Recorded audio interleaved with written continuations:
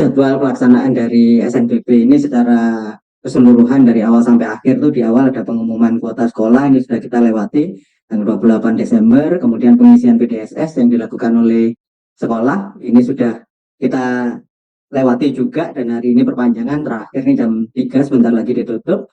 Kemudian untuk pendaftaran SNBP ini yang akan kita sorot itu adalah tanggal 14 sampai dengan 28 Februari. Kemudian nanti ada jadwal seleksinya sendiri yang akan dilakukan oleh PTN itu di tanggal 1 sampai dengan 25 Maret, dan di akhir adalah pengumumannya itu akan disampaikan tanggal 26 Maret. Mungkin yang penting dulu di tanggal 14 ini adalah tadi Bu Cici sudah menekankan bahwa harus bikin akun dulu, akunnya permanen dulu. Nah itu dari dibatasi sampai tanggal 15.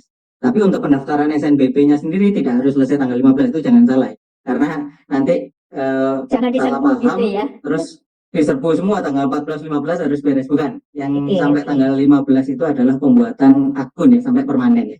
Gitu. Itu termasuk di garis bawahi yang akan mendaftar UTBK SNBT. Betul, oke.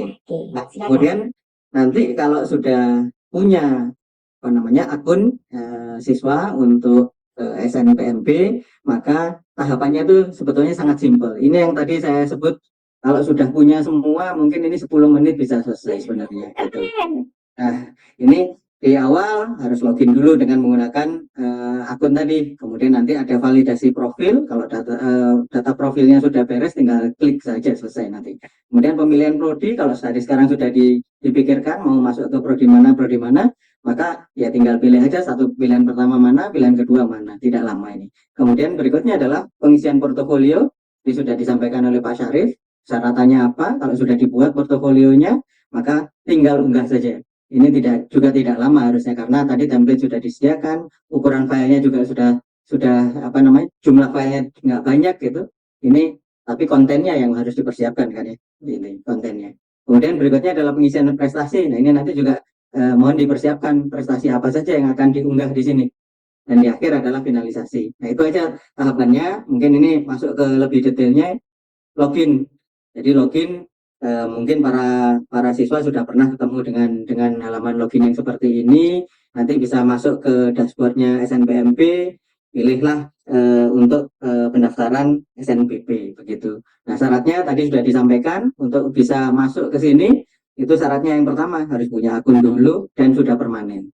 Jadi permanen ini penting gitu. Nah kemudian berikutnya ya kemarin sudah harus masuk menjadi siswa eligible di PDSS. Dan nilainya sudah lengkap, sekolahnya sudah melakukan finalisasi. Jadi begitu. Ini nggak boleh ada yang kurang ini. Kalau sampai nggak finalisasi, nggak dianggap ya jadinya. Maka sekolah ini penting. Kemudian berikutnya adalah merupakan siswa lulusan tahun 2024, bukan tahun lalu begitu ya. Jadi yang boleh ikutan SNBP di tahun ini hanya lulusan tahun ini begitu. Ini penting. Nah, setelah login itu langsung nanti akan mendapatkan ada halaman PAN seperti ini untuk melakukan validasi data profil. Nah ini dicek saja apakah sudah benar atau tidak, karena ini sebenarnya kita ambil datanya dari yang diisikan waktu pendaftaran akun sebenarnya. Hanya ada satu tambahan di sini tentang tanggungan dari orang tua, berapa jumlahnya, tinggal memasukkan sebuah angka saja dan sudah begitu. Nanti setelah ini bisa masuk ke tahap berikutnya. Tahap berikutnya adalah pemilihan prodi tadi. Pilih prodi tadi cuma pilihan 1, pilihan 2. Tadi Bu Cici sudah menyampaikan batasannya. Kalau milih pilihan 1 boleh dimanapun. Mau sarjana, mau sarjana terapan, mau D3 boleh, silakan. Kalau pilihannya cuma 1. Nah, pilihannya 2 boleh juga, mau dikombinasi dengan tadi itu sarjana terapan, diploma 3 itu boleh juga. Nah, hanya ada batasan kalau memilih 2, maka salah satu dari 2 pilihan itu harus berada di provinsi di mana SMA-nya berada. Tuh. Jadi kalau misalnya saya dari Jawa Barat misalnya, maka salah satu di antara 2 pilihan itu harus berada di provinsi Jawa Barat. Seperti itu. Nah, tapi jangan khawatir, aplikasi sudah membuat sedemikian rupa sehingga Anda dipaksa untuk mengikuti aturan itu gitu. Jadi tidak mungkin Anda akan keluar dari aturan itu. Selama masih bisa dipilih pilihan 1 di sini, pilihan 2 di sini, maka itu akan memenuhi pasti karena aplikasinya sudah di-set sedemikian rupa. Nah, di sini ada kekecualian untuk Provinsi Papua Tengah dan Provinsi Papua Pegunungan, karena di sana tidak ada PTN. Jadi dia diberi keleluasan untuk memilih salah satu prodinya adalah di Papua, ya. Papua. Kemudian kalau sudah, akhirnya Anda akan sudah misalnya seperti ini, ininya pilihannya, kemudian tinggal masukkan saja bahwa ini sudah oke, disimpan begitu. Itu tahap yang berikutnya. Ini cepat, nggak akan lama untuk melakukan ini, asal pilihannya sudah dari awal sudah ditentukan, sudah pasti gitu ya. Kalau masih mikir-mikir, nah itu lama mikirnya. Oke, nah berikutnya pengisian portofolio. Nah ini yang disampaikan oleh Pak Syarif tadi.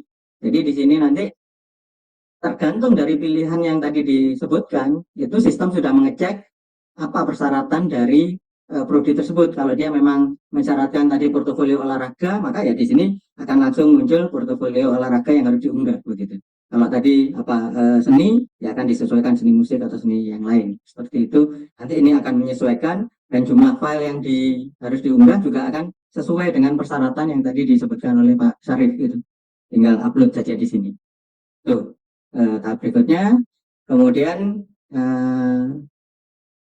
pengisian prestasi yang harus dipilih di sini. Prestasi itu hanya 3 sebenarnya. Jadi kalau kebetulan siswa ini punya prestasinya segudang begitu, harus dipilih 3 yang terbaik lah begitu, yang kira-kira bisa merepresentasikan prestasi Anda sesungguhnya begitu ya. Sehingga nanti kalau itu prestasinya akan dikirimkan ke PTN, maka PTN akan bisa melihat, oh ini memang Anda potensial untuk masuk sebagai mahasiswa di sana, seperti itu.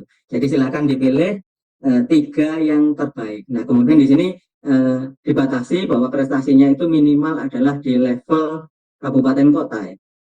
Jadi tidak boleh prestasi yang lebih rendah di tingkat kecamatan misalnya, atau di tingkat kelurahan, atau di tingkat sekolah, itu tidak boleh dimasukkan ke sini. Jadi tidak perlu juga kalau misalnya Anda tidak punya prestasi yang di level kabupaten kota ke atas. Artinya mungkin di tingkat provinsi, atau nasional, atau internasional, seperti itu.